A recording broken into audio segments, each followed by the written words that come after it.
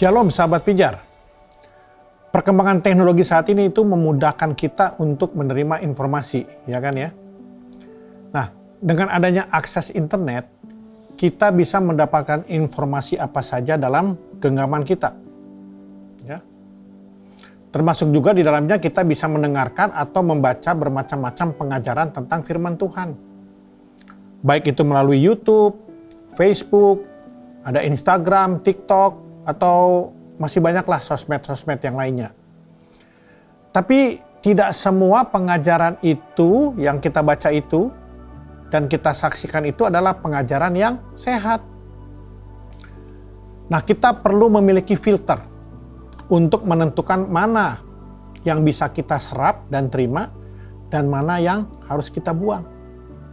Karena pengajaran yang kita terima itu akan mempengaruhi terhadap kehidupan dan pertumbuhan iman kita.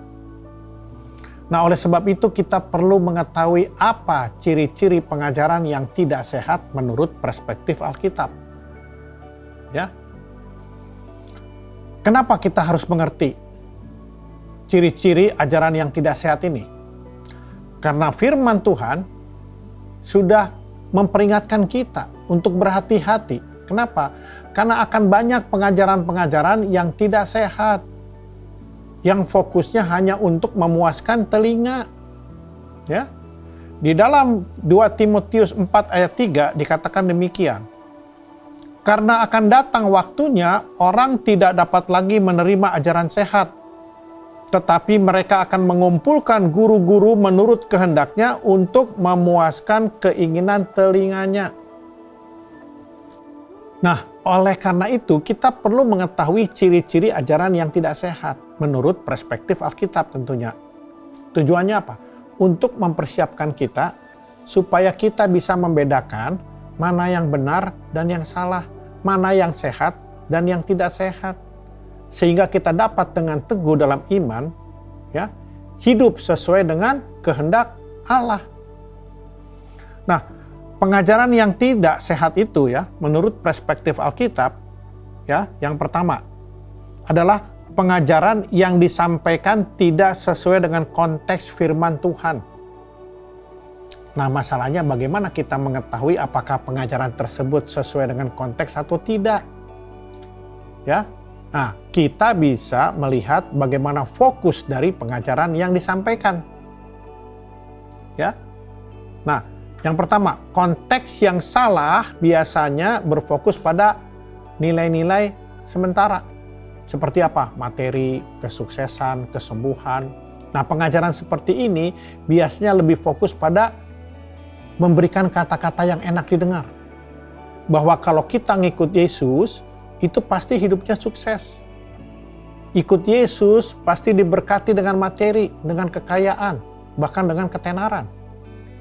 Nah, ajaran ini biasanya mengukur berkat seseorang dengan hal-hal yang sifatnya sementara.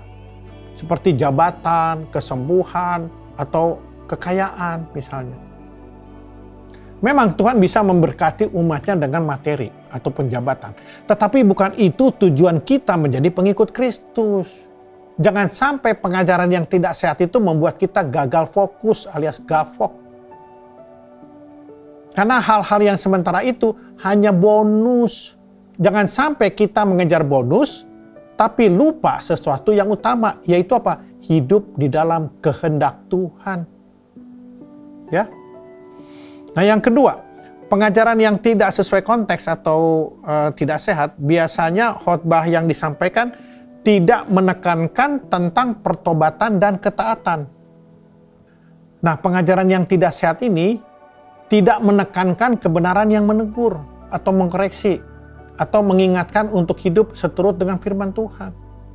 Padahal ketika Tuhan Yesus datang ke dunia, pokok ajarannya cuma satu, yaitu apa? Bertobatlah, kerajaan Allah sudah dekat. Nah, kalau mau jujur, kita melihat semua khotbah Tuhan Yesus ya, perbuatannya dan juga teladan yang dia berikan, itu semua berfokus kepada apa? Bertobatlah, kerajaan Allah sudah dekat. Dan inilah yang menjadi fokus pelayanan Tuhan Yesus selama 3,5 tahun ketika dia ada di dunia ini. Pertobatan berbicara tentang apa? Ketaatan. Ya, pengajaran yang diberitakan seharusnya berbicara bahwa Kristus harus pikul salib, sangkal diri. Ya, kita mengertilah, memang pengajaran seperti ini jarang peminatnya. Tetapi inilah pengajaran yang seharusnya diberitakan di dalam gereja. Ya. Dan yang ketiga, pengajaran yang tidak sesuai konteks atau kurang sehat adalah ketika pengalaman pribadi dijadikan doktrin.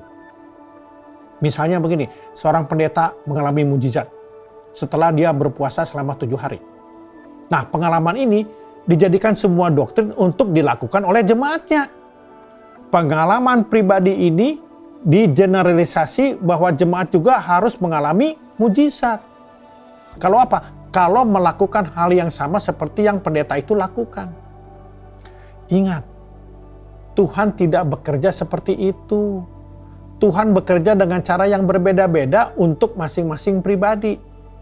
Jadi, jangan sampai kita membuat pengalaman pribadi seseorang sebagai kebenaran yang harus diikuti oleh orang lain. Satu-satunya dasar dari kebenaran adalah firman Tuhan.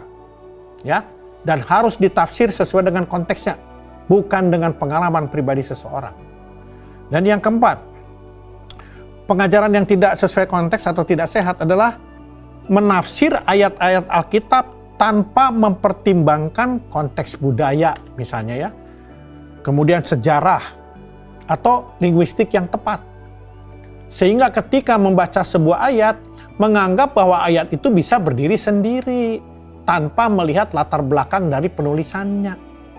Nah, ini bisa berdampak pada penafsiran yang salah sehingga menghasilkan pengajaran yang tidak sehat. Nah, selanjutnya apa akibatnya dari ajaran-ajaran yang tidak sehat ini?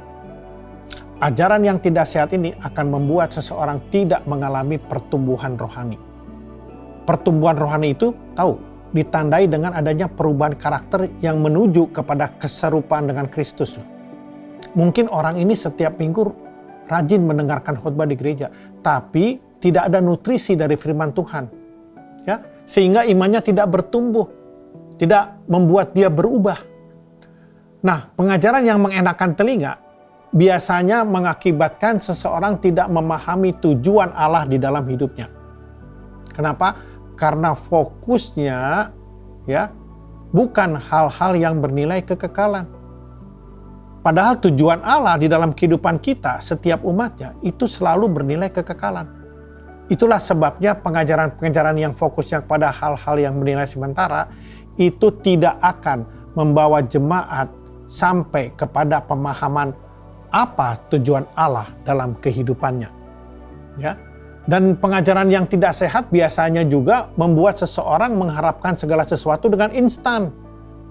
Contohnya begini, ketika dia berdoa, dia ingin agar doanya itu langsung terjawab. Dan ketika doanya tidak dijawab sesuai dengan yang dia inginkan ya, di situ dia mulai kecewa. Bahkan dia bisa meninggalkan Tuhan loh. Jadi dia tidak sungguh-sungguh mempercayakan kehidupannya kepada Tuhan. Inilah yang terjadi ketika seseorang tidak mempunyai fondasi iman yang kokoh. Apalagi di tengah-tengah gempuran perkembangan teknologi di zaman sekarang ini. Ya, banyak orang terlalu gampang untuk terbawa dengan hal-hal yang ditawarkan oleh dunia. Ya. Makanya Rasul Paulus itu menasihati kita di dalam 1 Tesalonika 5 ayat 21. Dia bilang begini, ujilah segala sesuatu dan peganglah yang baik. Jadi kita perlu memeriksa ajaran yang kita dengar. Ya, dan pegang teguh iman kita di dalam Kristus. Sehingga kita bertumbuh di dalam kasih dan pengetahuan yang benar akan Tuhan. Dan hiduplah sesuai dengan rencananya yang indah. Saudara terkasih, kita adalah terang bagi Indonesia. Oleh karenanya, jaga terangmu. Tuhan Yesus memberkati.